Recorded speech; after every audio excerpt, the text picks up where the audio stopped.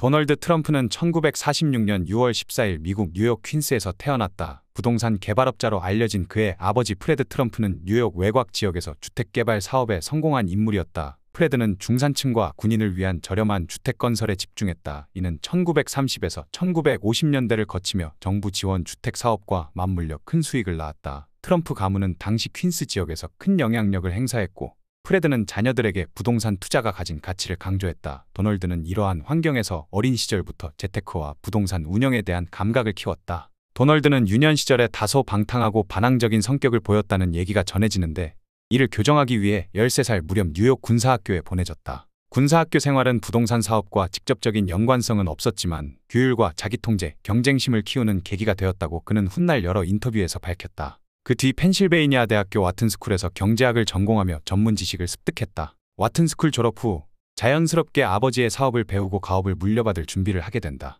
1960년대 말에서 1970년대 초 미국 뉴욕시는 재정 위기로 인해 경기 침체가 심각했다. 아버지 프레드는 정부 보조금을 활용해 뉴욕의 브루클린, 퀸스 지역에 다세대 주택을 건설하고 임대하는 사업을 운영했다. 도널드는 그런 기회를 활용해 부동산 매입과 개발을 실무적으로 익혔고 점차 사업 운영 전반을 맡았다. 1970년대 후반에는 부친의 사업체에서 일정 부분 지분을 받거나 대출 보증을 받을 수 있었다고 알려져 있다. 이를 통해 도널드는 더욱 공격적으로 맨해튼 등 도심 지역으로 진출할 수 있었다. 맨해튼은 미국 고급 부동산 사업의 상징적인 장소였다. 도널드는 초기부터 맨해튼의 호텔, 오피스 빌딩, 주상복합 등에 투자하며 이름을 알렸다. 1978년 뉴욕 시정부의 세금 감면과 보조를 받아 구코모도어 호텔을 매입하고 하얏트 그룹과 합작해 그 부지를 그랜드 하얏트 뉴욕으로 탈바꿈시킨 것은 의미 있는 사업적 성과였다. 뉴욕타임스 보도에 따르면 이 거래는 트럼프가 정치 인맥과 세제 혜택을 활용해 큰 이익을 낸 대표적인 사례다. 사업가로서 이른 성공을 거둔 그는 새로운 거래로 영역을 확대하게 된다.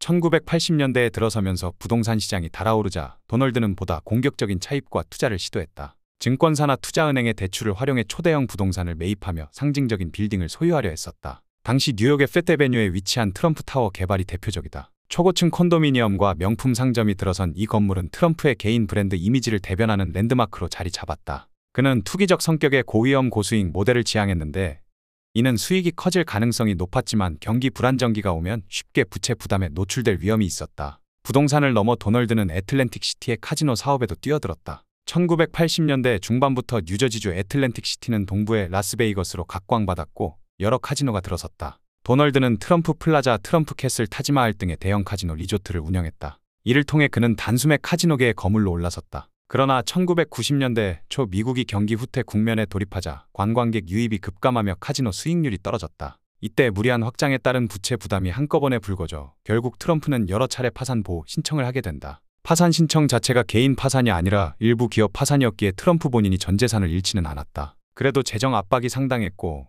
사업 구조 조정을 거치며 자산 일부를 매각하거나 채무 재조정을 할 수밖에 없었다. 이 시기 트럼프가 재개할 수 있었던 동력은 언론 노출이었다. 그는 언론 인터뷰, 토크쇼 출연 등으로 인지도를 유지하려 했고 자신을 성공한 억만장자로 꾸준히 홍보했다. 1987년에 출간한 자서전이자 경영 철학서인 거래의 기술을 통해 공격적이고 대담한 비즈니스 전략을 소개했다. 이 책은 베스트셀러에 오르며 트럼프의 명성을 높였다. 자서전에 따르면 트럼프는 협상에서 지렛대를 만들어내는 능력을 자신의 강점으로 꼽았다. 공격적으로 언론과 대중을 활용해 자신의 브랜드 가치를 끌어올리는 모습이 돋보였다. 1990년대 중후반에 걸쳐 트럼프가 운영하던 부동산과 카지노 기업들은 파산보호 절차를 통해 부채를 재조정했다. 그 과정에서 채권단이 일부 자산을 가져갔지만 트럼프는 경영권과 브랜드 사용 권리를 지켜냈다. 부동산 경기의 재반등이 시작되자 트럼프는 다시 투자를 늘려 뉴욕, 시카고, 라스베이거스, 마이애미 등지에서 자신의 이름을 내건 초고층 건물 프로젝트를 진행했다. 건설 자금을 직접 모두 조달하기보다는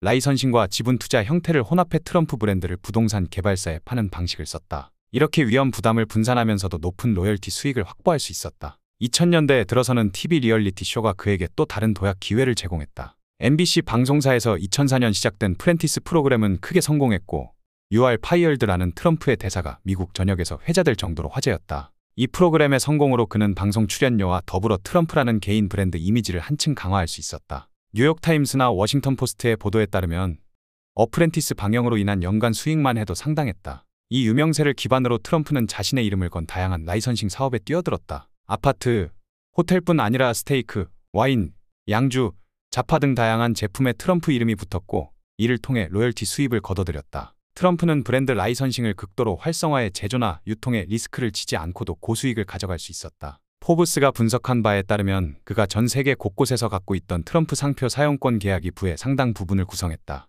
그의 직접 보유 부동산도 수익원이었지만 브랜드 가치가 더욱 큰 부분을 차지하게 되었다. 파이낸셜 타임스와 블룸버그 또한 이러한 사업 모델이 부정적인 시선도 받았다고 전한다. 부동산 개발업체가 품질과 안전 문제를 소홀히 하거나 관련 투자자에게 손실을 초래했을 때 트럼프는 법적 문제에서 빠져나가고 브랜드 수익만 챙기는 구조가 논란이 되었다. 그는 수차례 재정적 난관에 직면했음에도 불구하고 미디어 노출과 브랜드 마케팅을 적극적으로 활용해 자신의 이미지를 성공한 억만장자로 굳혔다. 트럼프는 여러 차례 부동산 붐과 침체를 맞았지만 부동산 경기가 좋아질 때마다 새로운 프로젝트를 시도했고 세제 혜택과 금융권의 대출을 잘 활용하여 부동산 가치가 오를 때마다 큰 이익을 얻었다. 설령 불황이 닥쳐 일부 프로젝트가 타격을 입어도 파산보호 제도를 통해 개인 자산을 전부 보호했다. 그러면서 꾸준히 광고, 방송 출연, 저서 등을 통해 대중적 이미지를 제고했다. 이 같은 반복 구조가 도널드 트럼프의 부축적 과정에서 핵심적인 역할을 했다. 트럼프는 2016년 미국 대통령 선거에 출마해 당선되었다.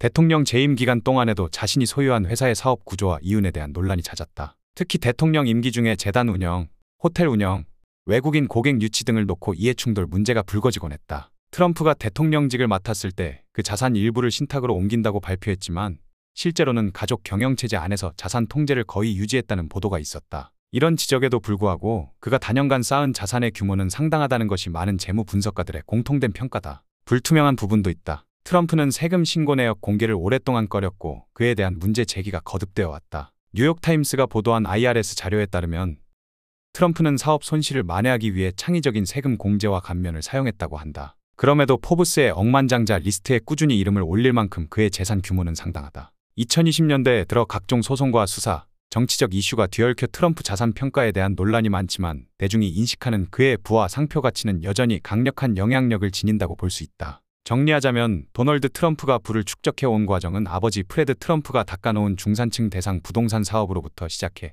맨해튼 고급 부동산 진출로 대성공을 거두고 애틀랜틱 시티 카지노 사업에 부침을 겪으며 큰 실패와 파산 보호 신청을 반복했지만 결과적으로 브랜드 가치를 성장시켜 되살아난 이야기라 할 수 있다. 공격적 차입과 정치적 인맥, 세금 감면 제도 등을 활용했고 위기가 올 때마다 파산 보호 제도로 부채를 재조정하며 본인의 핵심 자산과 이미지, 경영권을 지켜냈다. TV 프로그램 어프렌티스의 성공으로 대중적인 명성을 올리면서 라이선싱 사업과 다양한 업종 진출을 통해 수익원을 폭넓게 구축했다. 이처럼 트럼프는 미디어를 통하여 자신의 이미지를 극대화하고 성공한 사업가로서의 이미지를 확고히 다지며 부를 늘려나갔다. 자기 브랜드를 여러 산업 영역으로 확장시킨 대담함과 끊임없이 언론과 대중을 의식하며 자신의 이미지를 위대한 협상가이자 억만장자로 고착화한 전략이 결정적이었다고 할 수 있다.